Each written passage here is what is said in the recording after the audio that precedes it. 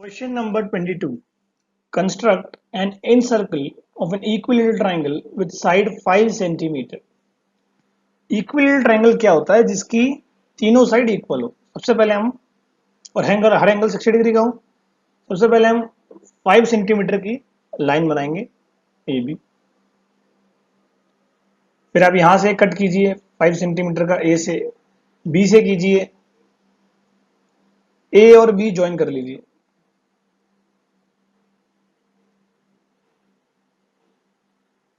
ये पॉइंट हो गया सी। ये सभी 5 सेंटीमीटर है क्योंकि आप आर्क 5 सेंटीमीटर का ही काटेंगे क्योंकि equilateral triangle.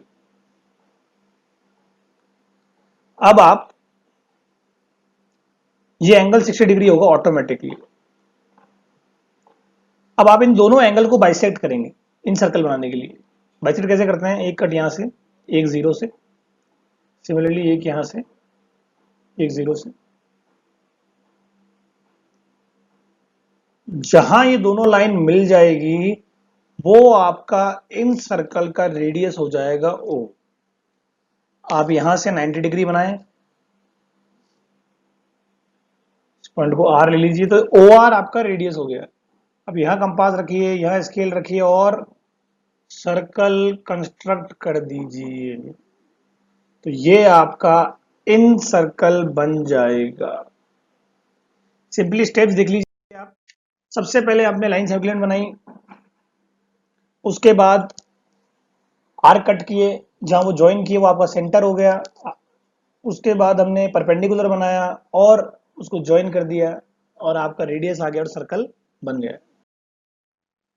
Find the area of the square inscribed in a circle of 10 centimetre. Inscribed मतलब सर्कल के अंदर स्क्वायर है।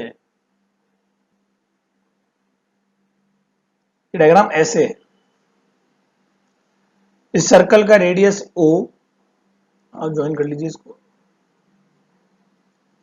ये 10 है, ये 10 है, A B C D.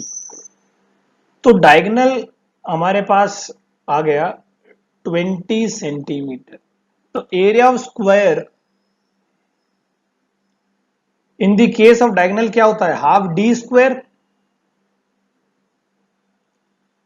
which is equal to half into 20 square which is equal to half into 400, which is 200 centimeter square. Clear? Question number 24. A sphere of 6 centimeter diameter is dropped into a cylindrical vessel of diameter 12 centimeter. Find the rise in water in the vessel. Meaning इस sphere का diameter हमको given है 6 centimetre, तो sphere का radius हो गया 3 centimetre. वो एक सिलेंड्रिकल वेसल में ड्रॉप कर देते हैं जिसका रेडियस 6 सेंटीमीटर हो जाएगा क्योंकि डायमीटर 12 है। हमें find the rise in water मतलब सिलेंडर की हाइट फाइंड आउट करनी है। जब भी ऐसा क्वेश्चन आएगा आप दोनों ही वॉल्यूम को इक्वेट करेंगे। Volume of sphere 4/3 pi R cube, R1 ले लीजिए इसका radius, pi R2 square H. Pi से पाई कैंसिल, R1 की वैल्यू आप पुट कीजिए 3, R2 की वैल्यू आप पुट कीजिए 6, 3 टू ज़ा 3 टू ज़ा 3 से 3 कैंसिल, 2 टू ज़ा 4 कैंसिल, तो आपका h आ गया 1 सेंटीमीटर। सिंपली हमने दोनों के वॉल्यूम को इक्वेट किया है। A bag contains 15 cards. The numbers 1, 2, 3, 4 till 15 are printed on them. A card is drawn at random from the bag. Find the probability that the number on the card is a prime number. Number 2, a number divisible by 2. Prime number कौन सा होता है जो किसी की table में नहीं आते? जैसे 2, 3, 5, 7, 11, 13। 1 एक प्राइम नंबर नहीं है। तो प्राइम नंबर्स कितने हैं हमारे पास? 6, टोटल नंबर्स 15, 3 टेबल से अगर कैंसिल करते हैं तो हमारा आंसर हो जाता है 2/4। ऐसे ही द नंबर डिविजिबल बाय 2, 2 की टेबल में 2, 4, 6, 8, 10, 12, 14, तो 7 out of 15 is our probability. Question number 26. Solve the following pair of linear equation by graphical method. 3x minus 5y is minus 1. 2x minus y is equal to minus 3. Thus find the value of a in the relation x plus y whole square is equal to a. तो देखिए आप, हमें दो equation दे रखी है, हमें graphical method से इनका सॉल्यूशन निकालना है। तो ग्राफिकल सॉल्यूशन में हम सबसे पहले x और y की वैल्यू लेट करके उनकी वैल्यूज निकालते हैं, फिर उनको ग्राफ में प्लॉट करते हैं। आइए देखते हैं कैसे। 3x minus 5y is equal to minus 1। इसमें हमें x और y निकालना है, तो मैं x की वैल्यू लेट करता हूं। सपोज -2 मैंने लेट करी तो y आ जाएगा -1। -7 लेट करी तो y आ जाएगा -4। Similarly in the second equation 2x minus Y is equal to -3। अगर x की वैल्यू -1 पुट करें तो y आ जाएगा 1, और 0 पुट करें तो y आ जाएगा 3। अब इन दोनों ही इक्वेशन को हमें ग्राफ में प्लॉट करना है। इसके पॉइंट्स आ गए -2 -1, -7 -4 और -1 1 0, -3। आइए इनको प्लॉट करते हैं। तो -2, -1 दोनों नेगेटिव, ये यहां होगा। -7, -4 and -1, 1 x negative y positive और x 0 y 3। तो आइए इन लाइंस को अब ज्वाइन करते हैं। सेकेंड लाइन को भी ज्वाइन करते हैं। तो ये इस पॉइंट पे आके इंटरसेक्ट हो रही है। ये पॉइंट क्या था हमारा? -2,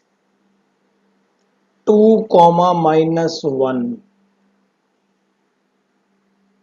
सो अकॉर्डिंग टू दिस x आ गया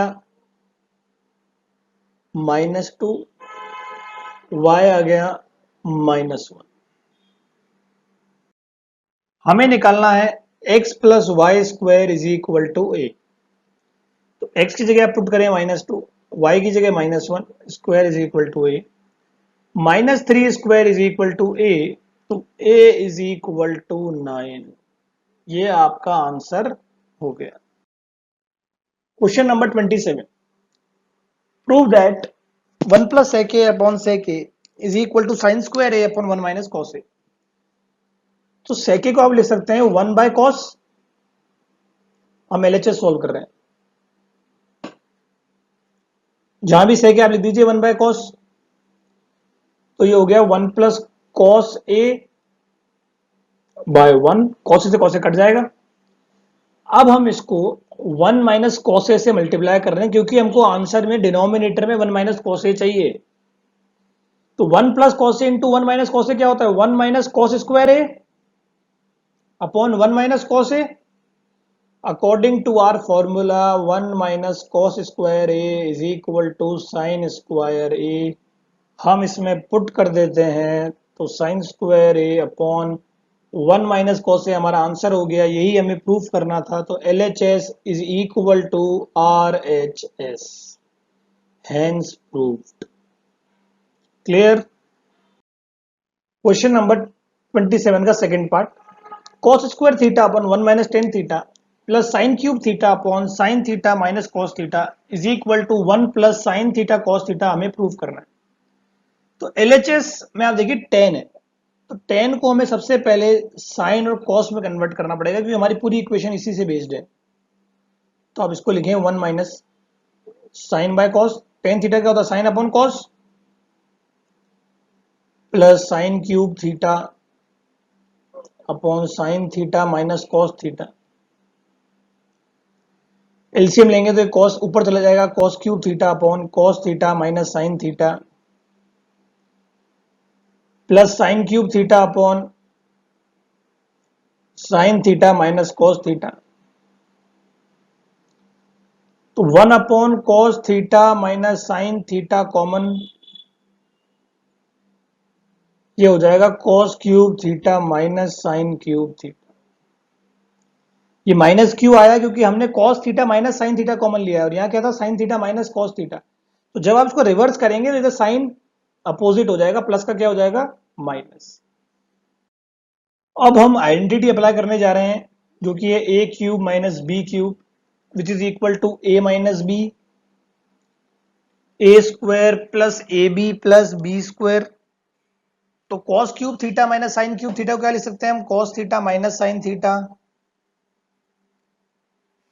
cos square theta plus cos theta sine theta plus sine square theta.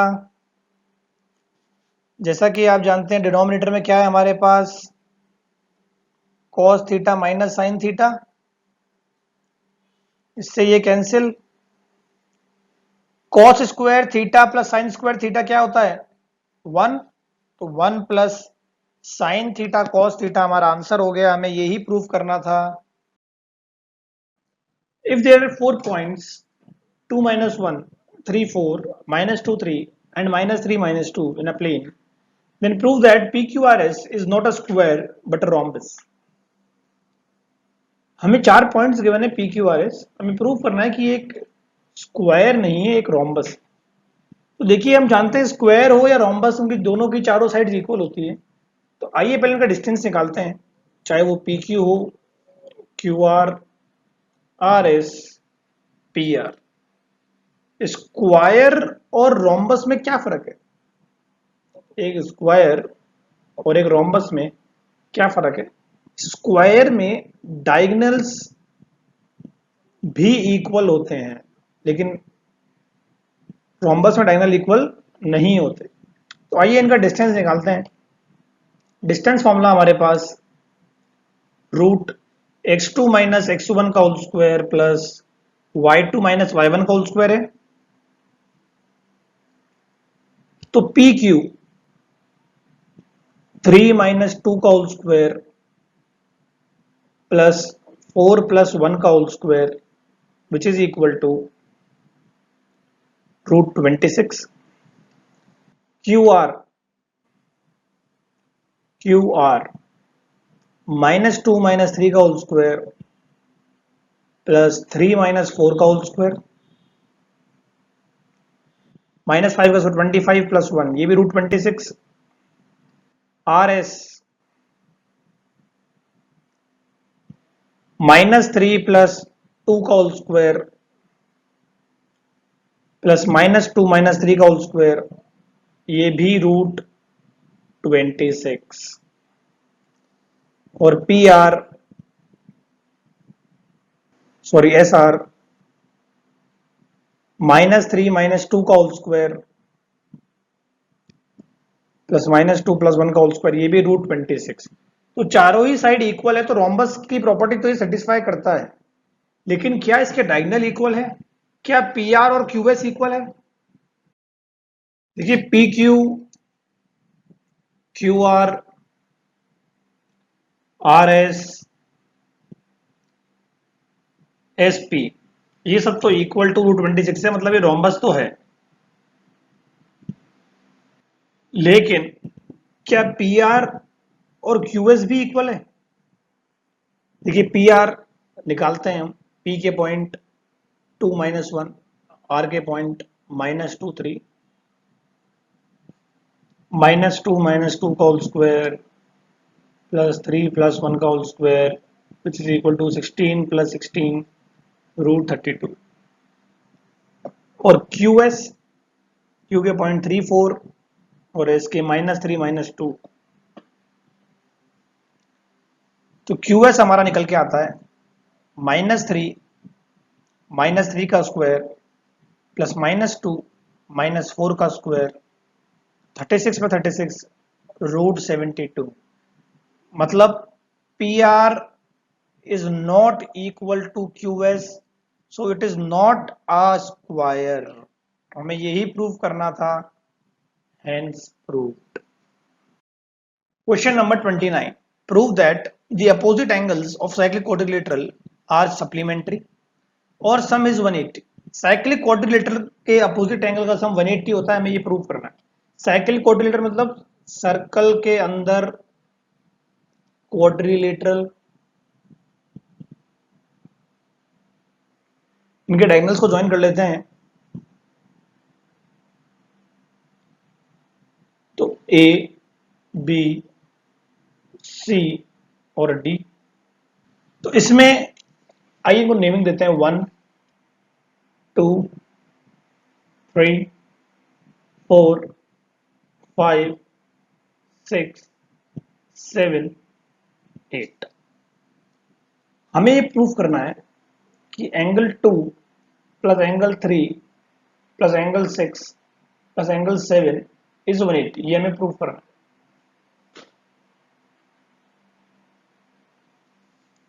अब आप देखिए हमारा प्रूफ क्या है. आप देखिए एंगल 1 और एंगल 6 बराबर है, एंगल 2 और एंगल 5 बराबर है, एंगल 3 और एंगल 8 और एंगल 4 और एंगल 7. आप पूछेंगे क्यों? क्योंकि ये सभी एक सेगमेंट में आ रहे हैं. 1 और 6 BC पे आ रहा है, 2 और 5 AD पे आ रहा है, 3 और 8 CD पर आ रहा है, 4 और 7 AB पे आ रहा है. तो हम रीजन लिखेंगे angles in the same segment. देखिए angle 1 plus angle 2 plus angle 3 plus angle 4 plus angle 5 plus angle 6 plus angle 7 plus angle 8 is equal to 360. Sum of angles of a quadrilateral is 360. अब angle 1 किसके equal है? Angle 6 के. हमने proof किया है. 2 की जगह 2 लिख देते हैं. 3 किसके इक्वल है? 8 के. 3 जगह 3 लिख देते हैं. 4 किसके इक्वल है? 7 के. 5 किसके इक्वल है? 2 के. 6 की जगह 6, 7 की जगह 7 और 8 किसके इक्वल है? 3 के. तो ये सभी एंगल ऐड करें अगर, तो 2 plus 3 plus 6 plus 7 is equal to 360. तो हमारा angle 2 plus angle 3 plus angle 6 plus angle 7 क्या आ गया? 180 डिग्रीज. ये हमारा आंसर हो गया. Question number 30. Find the median and mode of the following frequency distribution. Class 10 to 25, 25 to 40, 40 to 55, 55 to 70, 70 to 85, 85 to 100. Frequency 6, 20, 44, 26, 31. तो class interval हम note कर लेते हैं. 10 से 25, फ्रीक्वेंसी है इस पे 6, 25 से 40, 40 से 55, 55 से 70, 70 से 85 और 85 से 100. तो ये हो गया 6, 20, 44, 26, 3 और 1. तो 26 और 44, 70 प्लस 30, 100 हो गए. तो अब हमें निकालना है मीडियन. मीडियन का फॉर्मूला होता है L plus N/2 minus CF upon F into H. तो L है 40. L होता है हाईएस्ट फ्रीक्वेंसी की लोअर लिमिट. तो हाईएस्ट फ्रीक्वेंसी 44 है, इसकी lower limit L 40. N/2, N होता है इसका टोटल. टोटल क्या 100, इसका हाफ 50. माइनस हमको चाहिए CF. अब CF क्या होता है? देखो CF निकालते हैं. CF मतलब क्यूमुलेटिव फ्रीक्वेंसी. आप 6 को एज इट इज देखो, अब ऐड करो. 6 plus 20, 26, 26 plus 44, 70, 70 plus 26, 96 plus 3, 99 plus 1, 100. अगर आपकी ये वैल्यू और ये वैल्यू सेम आती है मतलब आपने सही किया है। अब सी एफ होगा फ्रीक्वेंसी के जस्ट ऊपर वाला नंबर, तो ये 26 ऑन एफ क्या है 44 इंटू एन, इनका डिफरेंस 15। तो आपका आंसर आ गया 40 प्लस 24 मल्टीप्लाइड बाय 15 अपॉन 44, तो ये आ गया 6 अपॉन 11। तो 40 प्लस 90 अपॉन 11 हमारा आंसर हो गया। इसको आप डिवाइड कर लीजिए तो ये आपका आ जाएगा 8.22। आपका आंसर आ गया 48.2 अप्रोक्स। क्लियर? तो हमारा क्लास इंटरवल और फ्रीक्वेंसी से हमने मीडियन निकाली। अब आइए बोर्ड निकालते हैं। तो 10 से 25, 25 से 40, 40 से 55, 55 से 70, 70 से 85, 85 से 100। 6, 20, 44, 26, 3 और 1। हमें मोड निकालना है। तो मोड का फॉर्मूला क्या होता है? L plus F one minus F zero upon 2f1 minus F zero minus f2 into H. अब अगेन L हाईएस्ट फ्रीक्वेंसी की लोअर लिमिट, तो L तो 40 हो गया, लेकिन अब तीन टर्म और है, F1, F0, F2। F1 होती है हाईएस्ट फ्रीक्वेंसी, तो 44। F0 से ऊपर वाला नंबर, F2 से नीचे वाला नंबर, तो ये हो गया 40 plus F1 44, F0 20 upon 2f1 44 का double 88, F0 20, F2 26 multiplied by H 15, which is 40 plus 24 multiplied by 15 upon 88 minus 20 is 68, 68 minus 26 is 42। उसको हम कैंसिल करते हैं, 6 से, तो 4 जा 7, तो 40 plus 60 by 7 which is equal to 48.5 approx। Clear?